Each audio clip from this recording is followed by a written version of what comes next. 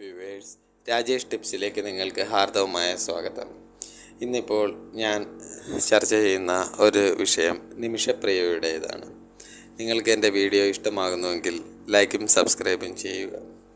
നിമിഷപ്രിയയുടെ യമനിലെ നടത്തിയ കൊലപാതകത്തിൻ്റെ അടിസ്ഥാനത്തിൽ നിമിഷപ്രിയ വളരെയധികം ദുർഘടമായ ഘട്ടത്തിലെത്തിയിരിക്കുകയാണ്. യമനി പൗരനെ 2017 വധിച്ച കേസിലാണ് നിമിഷപ്രിയ ഇപ്പോൾ ശിക്ഷ ഏറ്റുവാങ്ങുന്നത്.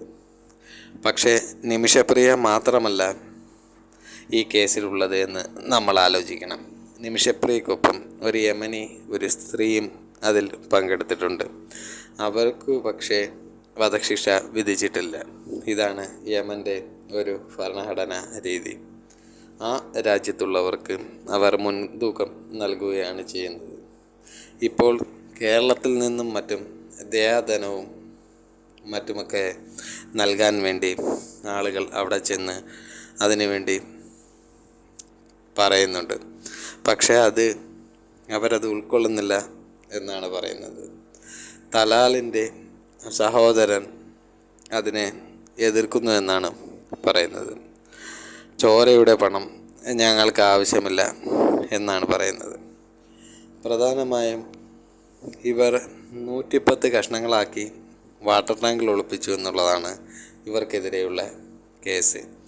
അപ്പോൾ ഇങ്ങനെയുള്ള പ്രശ്നങ്ങൾ നടക്കുമ്പോൾ അവിടെ പ്രധാനമായും ഭരിക്കുന്നത് ഹൂതി വിമതരാണ്.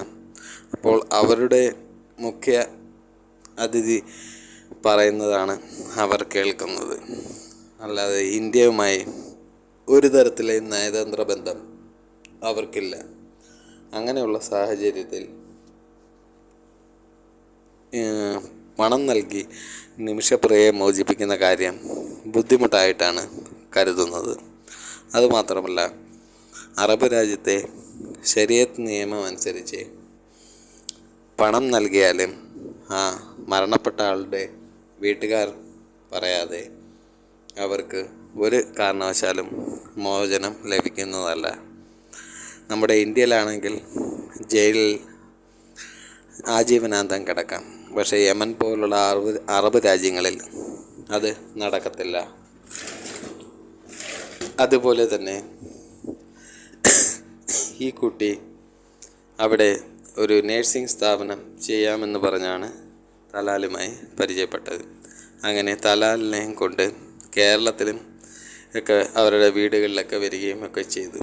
പക്ഷേ ഈ കൊലപാതകം നിഷ്ഠൂരമായതിനാലാണ് ഇത്രയും കർക്കശമായ നടപടി വന്നത്. അതുപോലെ തന്നെ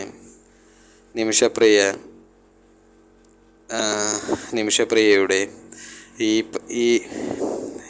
വധിക്കണമെന്നുള്ള ഈ തീരുമാനം നമ്മുടെ ഇന്ത്യ ഗവൺമെൻറ്റും അതുപോലെ മറ്റ് ബോച്ചയുടെ അംഗങ്ങളുമെല്ലാം ഇതിനായി ശ്രമിക്കുന്നുണ്ട്. പക്ഷേ അതെല്ലാം വിഫലമാകാനുള്ള ഇതാണ് കാണുന്നത്. കാരണം അവരുടെ നാട്ടിലെ നിയമമനുസരിച്ചുള്ള കാര്യങ്ങളായിരിക്കും അവിടെ അധികവും നടക്കുന്നത്. ഇവിടുത്തെ നിയമമനുസരിച്ച് ഉള്ള കാര്യങ്ങൾ അവിടെ നടക്കില്ല. അപ്പോൾ അതും കൂടി നമ്മൾ മനസ്സിലാക്കണം. അറബ് രാജ്യത്തെ നിയമം എല്ലാ കാലത്തും കർശനമായിട്ടുള്ളതായിരിക്കും. കോടതിയിൽ നിന്നും അതിനുള്ള പേപ്പർ വന്നു കഴിഞ്ഞാൽ അവർ നടപടിയെടുക്കും എന്നുള്ളതാണ് അതിൻ്റെ യാഥാർത്ഥ്യം. പക്ഷേ ഇവിടെ നിന്നുള്ള ശ്രമങ്ങളൊക്കെ അവിടെ ഫലിക്കുമോ എന്നുള്ളത് സംശയമായിട്ടാണ് തോന്നുന്നത്. അതുപോലെ തന്നെ ഇപ്പോൾ ഇറങ്ങുന്ന വാർത്ത തലാലിൻ്റെ സഹോദരൻ ഇതിനെ എതിർക്കുന്നു എന്നുള്ളതാണ്. അയാൾ ഏത് രീതിയിലും വധശിക്ഷ തന്നെ നൽകണമെന്നാണ് പറയപ്പെടുന്നത്. അവർ ഒരിക്കലും ഈ രീതിയിൽ അതിനെ സപ്പോർട്ട് ചെയ്യില്ല എന്നുള്ളതാണ് ദുഃഖകരമായ കാര്യം. ഇതുപോലുള്ള അറിവുകൾ വീഡിയോയും കിട്ടാൻ ചാനൽ ദയവായി സബ്സ്ക്രൈബ് ചെയ്യുക.